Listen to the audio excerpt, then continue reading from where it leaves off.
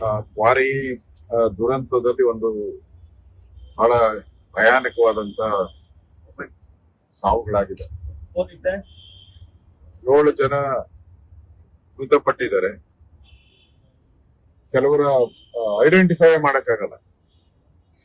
ಅವರ ಪೂರ್ತಿ ಮುಖ ತಲೆ ಎಲ್ಲ ಕೂಡ ಜಜ್ಜ ಹೋಗಿದೆ. ಐಡೆಂಟಿಫೈ ಮಾಡಕ್ಕೂ ಕಷ್ಟ ಇದೆ. ನಾನು ಡಾಕ್ಟರ್ ಹತ್ರನೂ ಮಾತಾಡಿದೆ. ಈಗ ಅವರು ಅದನ್ನೇ ಹೇಳಿದ್ದಾರೆ, ಐಡೆಂಟಿಫೈ ಮಾಡಕ್ಕಾಗಲ್ಲ. ಉಳಿದ 5 ಜನ ಈಗ ನಾನು ಹೋಗಿ ನೋಡಿದ್ದೀನಿ, ಎಮರ್ಜೆನ್ಸಿಯಲ್ಲಿ ಇದ್ದಾರೆ. ಅದಕ್ಕೆ ಒಬ್ಬರ ಸ್ಥಿತಿ ಸ್ವಲ್ಪ ಚಿಂತಾಜನಕ ಇದೆ. ಆದ್ರೂ ಡಾಕ್ಟ್ರು ಅವ್ರನ್ನ ಸೇವ್ ಮಾಡ್ಬೋದು ಅಂತ ಹೇಳ್ತಾ ಇದ್ದಾರೆ. ಸೊ ನಾನು ಡಾಕ್ಟರ್ ಹತ್ರ ಮಾತಾಡಿದ್ದೀನಿ. ನಮ್ಮ ಡೀನು ಬಂದಿದ್ದಾರೆ ಇಲ್ಲಿ. ಅವ್ರಿಗೆ ಹೇಳಿದ್ದೀನಿ ಯಾವುದೇ ರೀತಿ ಡಿಲೇ ಮಾಡದೆ ಅವ್ರಿಗೆ ಏನೇನ್ ಟ್ರೀಟ್ಮೆಂಟ್ ಇದೆಯೋ ಅಷ್ಟನ್ನು ಕೊಡ್ತೀನಿ ಅಂತ. ಅವರು ಒಪ್ಕೊಂಡಿದ್ದಾರೆ, ಕೊಡ್ತೀರಿ ಎಲ್ಲ ಪೂರ್ತಿ ರೇಟು. ನಾನು SP ಹತ್ರ ಮಾತಾಡಿದ್ದೀನಿ. ಈಗ SP ಹತ್ರ ಮಾತಾಡಿ ಅವ್ರಿಗೂ ಹೇಳಿದ್ದೀನಿ, ಇಲ್ಲಿನ ಆಸ್ಪತ್ರೆ ಜೊತೆ ಮಾತಾಡಿ ಇಮಿಡಿಯೇಟ್ ಅವ್ರಿಗೆ ಏನು ಔಷಧಿ ಉಪಚಾರ ಇದೆ ಅದು ಮಾಡ್ಬೇಕು ಅಂತ ಹೇಳಿದ್ದೀನಿ. ಇದು ಕ್ವಾರಿಗಳು ಕಳೆದ 2-3 ವರ್ಷಗಳಿಂದ ನಾಯಿ ಕೊಡೆಗಳಂತೆ ಎಲ್ಲಾ ಕಡೆ, ಇಡೀ ಕರ್ನಾಟಕದಲ್ಲಿ ಎಲ್ಲಾ ಕಡೆ ರಾಜಕಾರಣಿಗಳ ಹೆಸರು ಹೇಳ್ಬಿಟ್ಟು ಕ್ವಾರಿಗಳು ನಿರಂತರ ದಂಧೆ ಮಾಡ್ಕೊಂತಿದ್ದಾರೆ. ಅಧಿಕೃತವಾಗಿ ಏನೋ ಲೈಸೆನ್ಸ್ ತಗೊಂಡು ಆ ವ್ಯಾಪ್ತಿಯನ್ನ ಬಿಟ್ಟು ಅವರು ಮಾಡ್ತಾ ಇದ್ದಾರೆ ಎಲ್ಲಾನು. ಮತ್ತೆ ಪೊಲ್ಯೂಷನ್ ಬೋರ್ಡ್ ಸತ್ತೋಗಿದೆ. ಪೊಲ್ಯೂಷನ್ ಬೋರ್ಡ್ ಅಂತೂ ಸತ್ತೋಗಿದೆ. ಇಷ್ಟು ಬೆಂಗಳೂರಿಗೆ 15 ಕಿಲೋಮೀಟರ್ ಇರುವಂತ ಈ ಕ್ವಾರಿನೂ ಅವ್ರ ನೋಡಕ್ಕೆ ಯೋಗ್ಯತೆ ಇಲ್ಲ ಅಂತ ಹೇಳ್ತಾರೆ. ಆ ಪೊಲ್ಯೂಷನ್ ಬೋರ್ಡ್ ಇದ್ರೆ ಏನು ಸತ್ರೆ ಏನು, ಅವ್ರ ಗೌರವನೇ ಇಲ್ಲ, ಮಾನ ಮರ್ಯಾದೆ ಇಲ್ಲ. ಅವ್ರಿಗೆಲ್ಲ ನೋಟಿಸ್ ಕೊಟ್ಟು ಮಾಡಿದ್ರೆ ಏನಾನ ಒಂದಾಗ್ತಾ ಇತ್ತು. ಮತ್ತೆ ಇಲ್ಲಿ ಕ್ವಾರಿ ನಡೆಯುವಂತ ಪ್ರಿಕಾಷನರಿ ಮೆಜರ್ಸ್ ಏನೇನ್ ಮಾಡ್ಬೇಕು, ಸೇಫ್ಟಿ ಮೆಜರ್ಸ್ ಏನೇನ್ ಮಾಡ್ಬೇಕು, ಏನು ಇಲ್ಲ. ಏನೂ ಇಲ್ಲ. ಒಬ್ಬ ಸತ್ತಿರೋರು ಯಾರು? ಕೂಲಿಗೋಸ್ಕರ ಬಂದಿರೋರು, ಬೇರೆ ರಾಜ್ಯದವ್ರು ಬಂದಿರೋರು. ಒಬ್ಬೇ ಒಬ್ಬ ನಮ್ಮ ಗುಲ್ಬರ್ಗಾದವ್ನು ಮಾತ್ರ ಒಬ್ಬೇ ಒಬ್ಬ ಇದ್ದಾನೆ ಹೊರತು ಅವನನ್ನ ಕೂಲಿಗಾಗಿ ಬಂದಿರೋರು. ಅಂದ್ರೆ ಬದುಕಕ್ಕೆ ಬೆಂಗಳೂರು ಬಂದಿದ್ದಾರೆ, ಬದುಕಕ್ ಬಂದವರು ಇವತ್ತು ಸಾವಾಗ್ತಾ ಇದ್ದಾರೆ. ಅವರು ಪೂರ್ತಿ ಮನೆಯವರು ಇಲ್ಲಿ ಬದುಕು ಅಂತ ಹೇಳಿ ಪರಿಸ್ಥಿತಿ. ಆದ್ರೆ ಇಲ್ಲಿ ಸರ್ಕಾರ ಅದನ್ನ ಸಾವಿನ ಪರಿವರ್ತನೆ ಮಾಡಿದೆ. ಒಳ್ಳೇದಲ್ಲ. ಈ ಸರ್ಕಾರ ಈ ತರ ಇಲ್ಲಿಗಲ್ ಇರುವಂತ ಇದೇನ್ ಮೊದ್ಲೇ ಅಲ್ಲ. ಬೆಂಗಳೂರು ಸುತ್ತು ಕಳೆದ 2-3 ವರ್ಷದಲ್ಲಿ ಚಿರತೆ ಸಾವಾಗಿದ್ದು ನೋಡಿದ್ವಿ, ಬ್ಲಾಸ್ಟ್ ಮಾಡಿ ಬೇರೆ ಬೇರೆ ಎಲ್ಲ ಆಗಿದೆ. ಅಷ್ಟಾದ್ರೂ ಕೂಡ ಕ್ರಮ ತೆಗೆದುಕೊಳ್ಳದೆ ಮಾಡಿದ್ರೆ ಇವತ್ತು ದೊಡ್ಡ ಅನಾಹುತ ಆಗಿದೆ. ಇದು ದೇಶದ ಸುದ್ದಿಯಾಗಿದೆ. ಅಂದ್ರೆ ಕರ್ನಾಟಕದಲ್ಲಿ ಈ ತರ ಇಲ್ಲಿಗಲ್ ಮೈನಿಂಗ್ ಬಗ್ಗೆ ಏನು ಕ್ರಮ ಆಗ್ತಾ ಇಲ್ಲ ಅಂತ ಹೇಳಿ.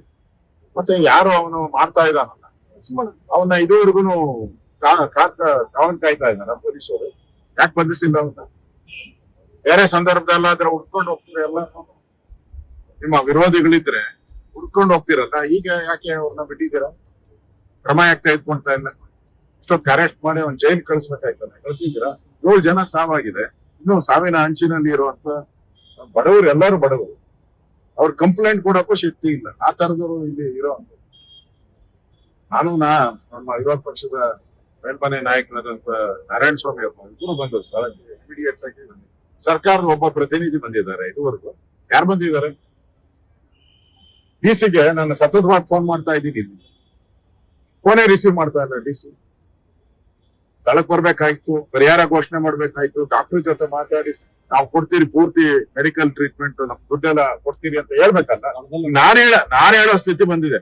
ಒಬ್ಬ ವಿರೋಧ ಪಕ್ಷದ ನಾಯಕ ನೀವು ಕೊಡ್ರಪ್ಪ ಟ್ರೀಟ್ಮೆಂಟ್, ಅದೇನಾನ ಖರ್ಚಿದ್ರೆ ನಾನು ಕೊಡಿಸ್ತೀನಿ ಅನ್ನೋ ಹೇಳುವಂತ ವ್ಯವಸ್ಥೆಗೆ ನಾವು ಬಂದಿದ್ದೀವಿ. ಅದರಿಂದ ಎಲ್ಲೋ ಒಂದ್ ಕಡೆ ಈ ಸರ್ಕಾರ ನೆಗ್ಲಿಜಿಯನ್ಸಿಯಿಂದ ಇಷ್ಟೆಲ್ಲ ಅನಾಹುತ ಆಗಿದೆ. ಇವ್ರ ಮೇಲೆ ಕಠಿಣ ಕ್ರಮ ಆಗ್ಬೇಕು. ಅವ್ರನ್ನ ಕೂಡ್ಲೆ ಬಂಧಿಸ್ಬೇಕು. ಅವ್ರಿಗೆ 50 ಲಕ್ಷ ರೂಪಾಯಿ ಪರಿಹಾರ ಕೊಡ್ಬೇಕು. ಯಾಕಂದ್ರೆ ಜೀವನ ಮಾಡಕ್ಕೋಸ್ಕರ ಬಂದವರು ಇವತ್ತು ಜೀವನವನ್ನ ಕಳ್ಕೊಂಡಿದ್ದಾರೆ.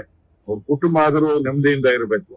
ಮತ್ತೆ 5 ಜನ ಏನಿದ್ದಾರೆ ಅವರು ಇವತ್ತಿಗೇನು ರಿಕವರ್ ಆಗಲ್ಲ. ನಾನು ಹೋಗಿ ನೋಡಿದ್ದೀನಿ. ಮಿನಿಮಮ್ ಒಬ್ಬನಿಗಂತೂ 1 ವರ್ಷ ಬೇಕು.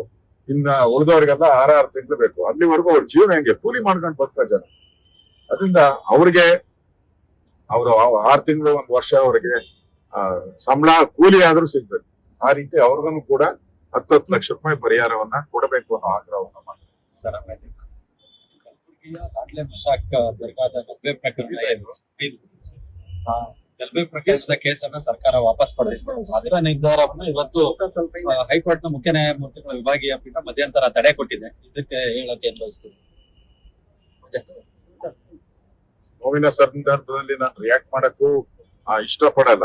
ಆದ್ರೆ ಸರ್ಕಾರ ಮಾಡದಂತ ತಪ್ಪು ಮುಸಲ್ಮಾನರಿಗೊಂದು ಕಾನೂನು, ಹಿಂದೂಗಳಿಗೊಂದು ಕಾನೂನು ಮಾಡಕ್ಕೆ ಹೊರಟಿದ್ದಾರೆ. ಅವ್ರನ್ನ ರಕ್ಷಣೆ ಮಾಡುವಂತ ದೃಷ್ಟಿಯಿಂದ ಹಿಂದೆ KFD, ಪಾಪ್ಯುಲರ್ ಫ್ರಂಟ್ ಇವರೆಲ್ಲ ದೇಶ ದ್ರೋಹಿಗಳ ತರ ಕೆಲಸ ಮಾಡ್ತಾ ಇದ್ರು. ಹಿಂದೆ ಹಾಸನದಲ್ಲಿ ಅವ್ರ ಕೇಸೆಲ್ಲ ತೆಗೆದ್ರು. ಆಮೇಲೆ ಅವರು ಶುರು ಮಾಡಿದ್ರು, ಇಡೀ ದಂಧೆ ಮಾಡಕ್ಕೆ ಶುರು ಮಾಡಿದ್ರು. ಇವತ್ತು ಇದನ್ನು ಅಷ್ಟೇ, ಅವ್ರ ಕೇಸನ್ನ ವಾಪಸ್ ತೆಗೆದು ಮತ್ತೆ ಅವರೆಲ್ಲ ಬೀದಿಗೆ ಬಂದ್ರು. ಮತ್ತೆ ಅವರ ಹಳೆ ಚಾಳಿಯನ್ನ ದೇಶ ವಿರೋಧಿ ಚಟುವಟಿಕೆ, ಪಾಕಿಸ್ತಾನ ಜಿಂದಾಬಾದ್ ಅನ್ನೋದು ಮಾಡುವಂತ ಪ್ರವೃತ್ತಿ. ನನ್ಗನ್ಸ್ತತೆ ಕೋರ್ಟ್ ಸ್ಟೇ ಕೊಟ್ಟಿರೋದ್ರಿಂದ ಸರ್ಕಾರಕ್ಕೆ ಒಂದ್ ರೀತಿ ಕಪ್ಪಾಳ ಮೋಕ್ಷ ಪಕ್ಕದ ಮೇಲೆ ಹೊಡೆದಿದ್ದಾರೆ. ಕಪ್ಪಾಳ ಮೋಕ್ಷ ಇದಾದ್ರೂ ಜ್ಞಾನ ಇಟ್ಕೊಂಡು ಇನ್ಮೇಲೆ ಈ ತರ ಓಟ್ಗೋಸ್ಕರ ಮುಸ್ಲಿಮರನ್ನು ಹೊರೈಕೆ ಮಾಡ್ಕೊಳ್ಳುವಂಥದ್ದು ಸರಿಯಲ್ಲ ಅನ್ನೋದು ಈ ಸರ್ಕಾರಕ್ಕೆ ಇನ್ನ ಅರ್ಥ ಆಗಿಲ್ಲ. ಅರ್ಥ ಆಗ್ಬೇಕು. ಬರೀ ದೇವಸ್ಥಾನಗಳು ಸುತ್ಬಿಟ್ಟು ನಾಮ ಹಾಕೊಂಡು ವಿಭೂತಿ ಹಾಕೊಂಡು ನಾನು ಹಿಂದೂ ಅಂತ ಹೇಳಿದ್ರೆ ಯಾರು ನಂಬೋ ಸ್ಟೇಜ್ ಅಲ್ಲಿ ಯಾರು ಇಲ್ಲ. ನಿಜವಾಗ ನೀನ್ ಏನಾನ ಇದ್ದಿದ್ರೆ ಆ ಕೇಸಲ್ಲಿ ಯಾರು ದೇಶ ವಿರೋಧಿ ಚಟುವಟಿಕೆ ಮಾಡ್ತಾ ಇದಾರೆ ಅಂತ ನಾನು ಯಾಕೆ ವಾಪಸ್ ತಗೊಂತೀರ ಕೇಸ್ಗಳನ್ನ? ಅದರಿಂದ ಇವತ್ತು ಏನ್ ಕೋರ್ಟ್ ಚೀಮಾರಿ ಹಾಕಿದೆ ಅದು ಒಳ್ಳೆ ಬೆಳವಣಿಗೆ. ಇನ್ನಾದ್ರೂ ಸರ್ಕಾರ ಬುದ್ಧಿ ಕಲಿತತೆ ಅಂತ ನಾನು ತಿಳ್ಕೊತೀನಿ. ನ್ಯೂಸ್ ಫಸ್ಟ್ ನಿರ್ಭೀತಿಯಿಂದ ನಿಮ್ಮ ಪರವಾಗಿ.